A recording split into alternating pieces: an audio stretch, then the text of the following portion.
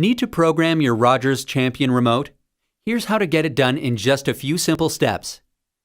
Your Rogers Navigator RF remote uses radio frequency, RF, so you can control your Nextbox without a line of sight. But before we pair the remote to your Nextbox, we first have to pair it to your TV in IR mode. IR stands for infrared and means the remote must be pointed directly at the receiver. First, press and hold Setup until the LED blinks twice. Press the TV mode button, then press and hold OK. When your TV turns off, release the OK button. Check that your TV turns on when you press power. Next, follow these steps to pair your Nextbox 3.0 or Nextbox 4K for RF. First, press and hold the Setup button and the up arrow at the same time. The cable button will continually flash until pairing is completed. Once pairing is done, the LED under the cable key will flash twice.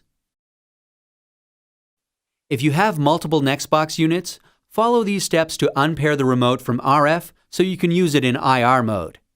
First, press and hold the Setup button and the down arrow at the same time. The cable button will continually flash until unpairing is completed. Once unpairing is done, the LED under the cable key will flash twice. And you're done.